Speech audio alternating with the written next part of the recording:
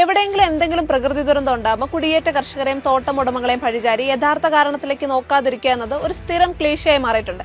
1924 ജൂലൈയിൽ ഒരു അർദ്ധരാത്രി കനത്ത മഴയും പേമാരിയും മൂന്നാർ എന്ന സുന്ദരമായ ഗ്രാമത്തെ കശക്കി എറിഞ്ഞതാണ്.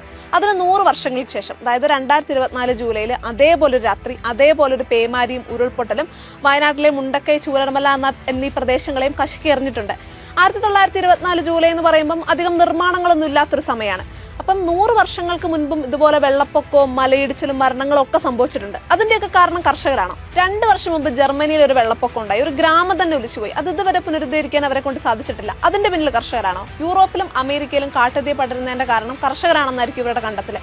ഗൾഫിൽ ഇപ്പം മഴയാണ്, എങ്ങനെയാണ്? കർഷകരാണോ കാരണം? സമാധാനമായി പശ്ചിമഘട്ടത്തിൽ കൃഷി ചെയ്യുന്ന പാവപ്പെട്ട കർഷകർ നെഞ്ചത്ത് കയറുന്നത് കപട പരിസ്ഥിതിവാദികളുടെയും ഫണ്ട് പറ്റാൻ വേണ്ടി ഇരിക്കുന്ന ലോബികളുടെയും പ്രധാന അജണ്ടയാണ്. എന്തുകൊണ്ട് അമേരിക്കയിലും ചൈനയിലും കിഴക്കൻ ഏഷ്യൻ രാജ്യങ്ങളിലും ഗൾഫ് രാജ്യങ്ങളിലൊക്കെ പ്രളയവും ദുരന്തവും സംഭവിക്കുമ്പോൾ അതൊന്നും ആർക്കും കാണാൻ കഴിയാത്തത്?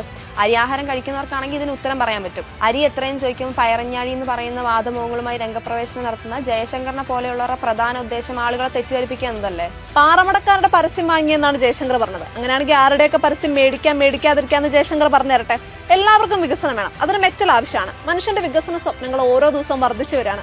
6 വരി 8 വരി പാതകൾ ഉണ്ടാകുന്നു, റെയിൽവേ പാളങ്ങൾ ഉണ്ടാകുന്നു, കെട്ടിടങ്ങൾ ഉണ്ടാകുന്നു.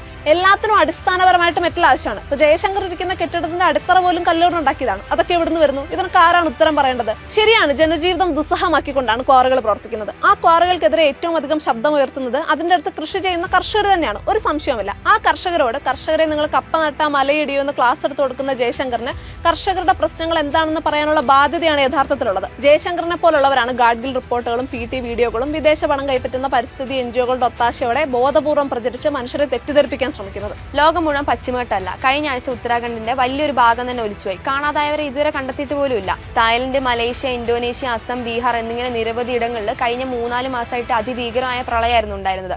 ഇതൊന്നും പശ്ചിമഘട്ടമല്ലല്ലോ. കുട്ടനാട്ടിലെ കായൽ നിലങ്ങൾ വേമ്പനാട്ട് കായൽ രൂപാന്തരപ്പെടുത്തി ഉണ്ടാക്കിയതാണ്.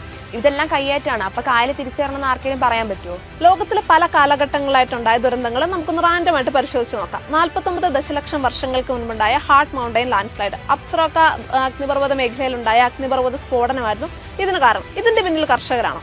1692 ജമൈക്ക ഭൂകമ്പം, ജൂൺ 7 പോർട്ട് റോയലിലുണ്ടായ ഭൂകമ്പത്തെ തുടർന്നുണ്ടായ കനത്ത മഴയും അവിടെ ഉണ്ടായിരുന്ന ചുഴലിക്കാറ്റുമായിരുന്നു ഇതിന്റെ പിന്നിൽ കർഷകരാണോ? 1902 തുർക്കിസ്ഥാൻ ഭൂകമ്പം, ഭൂചലനത്തെ തുടർന്നുണ്ടായ മണ്ണിടിച്ചിലും ഉരുൾപൊട്ടലുമാണ് ഇതിന്റെ കാരണം. ഇതിന്റെ പിന്നിലൊന്നും കർഷകരല്ല. 2001 ഓഗസ്റ്റിലാണ് മാധവ് ഗാഡ്ഗിൽ പശ്ചിമഘട്ടത്തിനെ പഠിച്ച് റിപ്പോർട്ട് സമർപ്പിക്കുന്നത്. പിന്നീട് 23 വർഷങ്ങൾക്ക് ശേഷം അദ്ദേഹം പോലും ചിന്തിക്കാത്ത രീതിയിലുള്ള കാലാവസ്ഥ വ്യതിയാനങ്ങളായിരുന്നു സംഭവിച്ചത്. അപ്പൊ ഇപ്പോഴത്തെ ഉരുൾപൊട്ടലിന് അന്നത്തെ റിപ്പോർട്ട് വെച്ച് വിശദീകരിക്കുന്നത് വെറും വിഡിത്താണ്. സാമാന്യം സ്ഥിരമായ തോതിൽ പെയ്തുകൊണ്ടിരുന്ന കാലവർഷത്തിന് പകരം കുറച്ചു നേരത്തേക്ക് ഭീമമായ അളവിലാണ് ഇപ്പൊ മഴ പെയ്തുകൊണ്ടിരിക്കുന്നത്. ഇപ്പൊ മഴ പെയ്ത് ഒരു 2 മണിക്കൂർ കഴിയുമ്പോഴേക്കും വീടിനുള്ളിൽ പോലും ചൂട് പിടിക്കും. പണ്ടൊന്നും ഇത്ര ചൂടുണ്ടായിരുന്നില്ല. ലോകത്തിന്റെ അധിക ചൂട് കാരണം കടൽ ഉൾപ്പെടെയുള്ള ജലാശയങ്ങളിൽ നിന്ന് വെള്ളം വലിയ അളവിൽ ഭൗമാന്തരീക്ഷത്തിലേക്ക് വരും. അപ്പൊ കാറ്റ് ഈ ജലകണങ്ങളെ ഇങ്ങനെ തള്ളിക്കൊണ്ടുപോകും. ചിലയിടങ്ങളിൽ കാറ്റിന്റെ വേഗത കൂടുതലുള്ളപ്പം ഈ വെള്ളം പെട്ടെന്ന് തണുക്കും. വലിയ അളവിൽ ജലാംശം ഉള്ളപ്പം ഡെൻസിറ്റി കൂടുതലാകുമ്പം കുറഞ്ഞ സമയത്തിനുള്ളിൽ തന്നെ മഴ പെരുമഴയായിട്ട് മാറും. മണ്ണിന്റെ ഘടനയ്ക്ക് ഉൾക്കൊള്ളാൻ പറ്റുന്നതിലധികം വെള്ളം മണ്ണിലേക്ക് ഇറങ്ങും. അപ്പൊ നേരത്തെ പെയ്തിറങ്ങിയ മഴവെള്ളം ഉറവയായിട്ട് ഭൂമിയുടെ അധികം താഴെ എത്താതെ തന്നെ നിലനിൽക്കുന്നുണ്ടാവും. അപ്പൊ ഇപ്പൊ വന്ന വെള്ളം കൂടെ താങ്ങാൻ പറ്റാത്തതുകൊണ്ട് ഭൂമി അതിനെ പുറത്തേക്ക്, അതായത് ഉപരിതലത്തിലേക്ക് വിടും. മണ്ണിന്റെ ഘടനയ്ക്ക് ഉടൻ നാശം സംഭവിക്കുകയും കൂടെ ചെയ്യുമ്പോൾ ഉറവയായിട്ട് നേരത്തെ ശേഖരിച്ചു വെച്ച വെള്ളം കൂടെ ഭൂമി പുറന്തള്ളാൻ തുടങ്ങും. അപ്പൊ എത്ര വലിയ മരങ്ങൾ വെച്ചു പിടിപ്പിച്ചാലും എത്ര വലിയ പാറയുണ്ടെങ്കിലും അതിനെയൊക്കെ പരാജയപ്പെടുത്തി ഭൂമി വെള്ളം പുറന്തള്ളി അതിന്റെ ആ ഒരു പ്രഷറിൽ നിന്ന് രക്ഷപ്പെടും. ഭൂമിയുടെ അന്തരീക്ഷത്തിൽ എത്രത്തോളം ചൂട് വർദ്ധിക്കുന്നു അതിനൊപ്പിച്ച് തന്നെ മഴ പെയ്തിറങ്ങും. ഓസോൺ പാളിയിലെ ഡാമേജ് വളരെ കൂടുതലാണെന്ന് എല്ലാ മനുഷ്യരും മനസ്സിലാക്കണം. നമ്മൾ വാഹനത്തിൽ നിന്ന് പുറന്തള്ളുന്ന പുക, പ്ലാസ്റ്റിക് കത്തിക്കുമ്പോൾ ഉണ്ടാകുന്ന പുക, വ്യവസായങ്ങളിൽ നിന്ന് പുറത്തു വരുന്ന പുക, അധികമായിട്ട് ചൂട് പുറത്ത് വിടുന്ന വിധം എയർ കണ്ടീഷനുകളുടെ വർധനവ്, ഇതെല്ലാം അന്തരീക്ഷത്തിന്റെ ഘടനയെ ബാധിക്കുന്നുണ്ട്. അപ്പൊ ഇതാണ് നമ്മൾ മനസ്സിലാക്കേണ്ടത്. എത്ര അധികമായിട്ട് ജലം മുകളിലേക്ക് പോകുന്നുണ്ടോ അതേ അളവിൽ തന്നെ ജലം താഴേക്ക് വരും. അപ്പം പക്ഷെ അത് ഏത് നാട്ടിൽ എപ്പം എങ്ങനെ വരുമെന്ന് നമുക്ക് പ്രവചിക്കാൻ പറ്റില്ല. ആഗോള കാലാവസ്ഥയിൽ വന്ന മാറ്റങ്ങൾ ലോകത്തെല്ലായിടത്തും ദുരിതങ്ങളാണ് നൽകിയിരിക്കുന്നത്.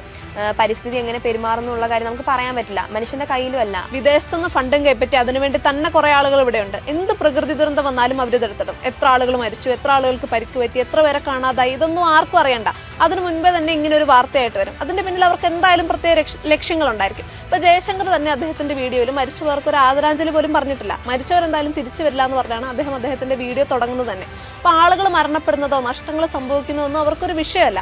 അവരാഗ്രഹിച്ചതുപോലെ കാര്യങ്ങൾ നടക്കണം എന്നുള്ള രീതി. അവരുടെ രാഷ്ട്രീയ ലക്ഷ്യങ്ങൾക്കും താല്പര്യങ്ങൾക്കും ഒക്കെ വേണ്ടി അവർ സംസാരിച്ചുകൊണ്ടേയിരിക്കും. പക്ഷെ ഇനി അത് നടപ്പാവില്ല. കാരണം അതിനെതിരെ ശക്തമായ ചോദ്യങ്ങൾ ഉന്നയിക്കപ്പെടും. അതിന്റെ ഭാഗമാണ് ഈ വീഡിയോ.